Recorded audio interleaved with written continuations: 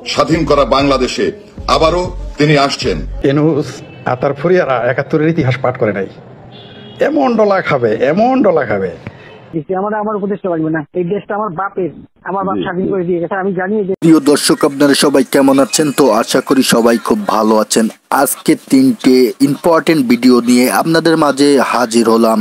তো বেশি দেরি না করে শুরু করে দিই। আজকের ভিডিওটি সম্পূর্ণ দেখবেন, অবশ্যই অনেক কিছু বুঝতে পারবেন। স্বাধীন করা বাংলাদেশে আবারও তিনি আসছেন, আর আমরাও অধীর আগ্রহ নিয়ে অপেক্ষা করছি। আমরা মাঠে নামবো দেশরত্ন শেখ হাসিনাকে সসম্মানে দেশে ফিরিয়ে এনে আগামী নির্বাচনে তাকে আমরা প্রধানমন্ত্রী নির্বাচিত করবই করব ইনশাআল্লাহ। আপনারা সংগঠিত হন, ওই অপশক্তি কখনোই আমাদের সামনে দাঁড়াতে পারবে না। আপনারা কর্মসূচি নিন এবং কর্মসূচি পালন করুন।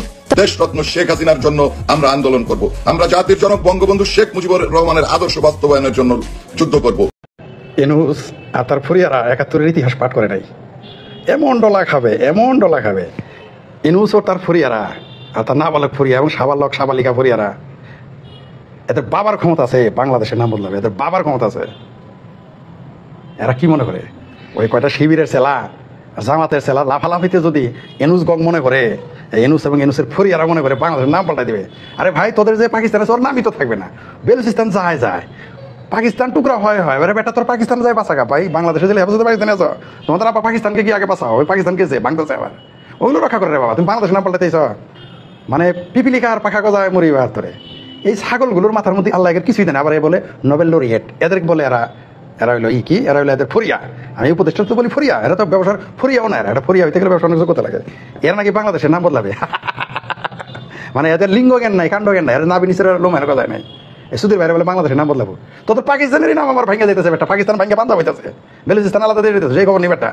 বাংলাদেশে যারা হেফাজতে পাকিস্তানি আসার ভিসা ফ্রি করে দিয়েছে পাকিস্তান, চলে যা, চলে যা। তোদের পাকিস্তান রক্ষা কর, তোর আপা পাকিস্তানকে রক্ষা কর। বাংলাদেশের নাম বদলাবি, তোদের নাম থাকবে অস্তিত্ব। হালার পথ হালারা, বাংলাদেশের নাম পাল্টাবি শালার করে শালা। আরেক শালা কিছু পাকিস্তান ফেডারেশন বানাবে। নাহিদে নাকি কি যেন একটা আছে, নাবালক ফরিয়া ইউনূসের। ও বলে এই দেশের কি ফেডারেশন, কি মুসলিম উম্মা। সুধীর ভাই মুসলিম উম্মা মারাও শালা। যখন 30 লাখ হত্যা করছিল, মুসলিম বেড়াদার ভোট কোনে গেছিল? সুধীর ভাই আমার মুসলিম বেড়াদার ভোট মানাও না। বেরিয়েছে পাকিস্তানে যে খুন করে ডেলি ওগুলো তখন মুসলিম বেড়াদার পেয়ে থাকে।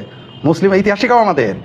ঠিক মতো বাংলা বলতে পারো না, ঠিক মতো ইংরেজি বলতে পারো না, ইংরেজি পাস করে রাজনীতি রোজ না, হ্যাঁ অর্থনীতি সরে না। তোমরা এসে বাংলাদেশে না পাঠাবা, তোদের নামে থাকবো না। সুধীর ভাইরা আমার, বাংলাদেশে না পাঠাবি। তোদের বাবার ক্ষমতা আছে, বাংলাদেশে না পাঠাবি। মানুষের বাবার নাকি রে শালা, পাকিস্তান যা, পাকিস্তান না পাঠাকা। না, খুব উপদেশটা বানাও। আমি এক নজর পড়ে ফেলাই দিচ্ছি। আমার উপদেশটা লাগবে না, এই দেশটা আমার বাপের, আমার বাপ স্বাধীন করে দিয়ে গেছে। আমি জানি এই দেশ আমি কি। আমি বাংলাদেশের কথা বলে শুট করে আবার আমার উপদেশটা বানাতে গেছে। ওর একটা বলছে গ্রামীণ ফোনের সব ইনকাম গ্রামীণ ব্যাংকে যাবে, যে টাকা গ্রামীণ ব্যাংক গরিব মানুষের সাহায্য করবে। আর এই কথা করে আমার কাছে ওই গ্রামীণ ফোনের ব্যবসা দিয়ে ইউজ 1 টাকা পর্যন্ত গ্রামীণ ব্যাংকে দেয় নাই। 400 কোটি টাকা গ্রামীণ ব্যাংকে দিচ্ছি, 400 কোটি টাকা।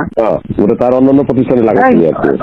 না, তখন গ্রামীণ ব্যাংক ফাইলে বক্তব্য পেয়েছে। গ্রামীণ ব্যাংক তখন ওই শেষ হয়ে চলে যাচ্ছিল। ওর বদলতে গ্রামীণ ব্যাংক মাঠে বসে গেছিল।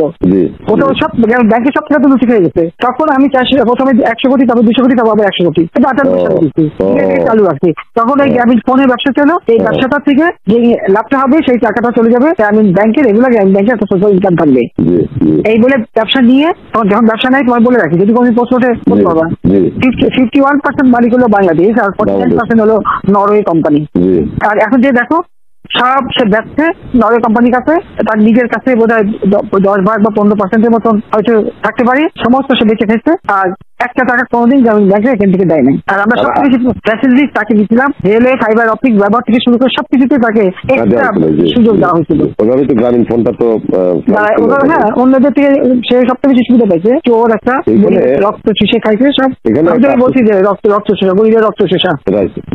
30% তার হিসাব করলে 30% সুদ হতো। সে যা গ্রামীণ মানুষকে যে লোন দিত, তাতে তার যে কম্পাউন্ড ইন্টারেস্ট যদি আপনি ক্যালকুলেশন করেন 40-47% হয়ে যেত। যে কেমন, তাহলে আর লোকের আর কি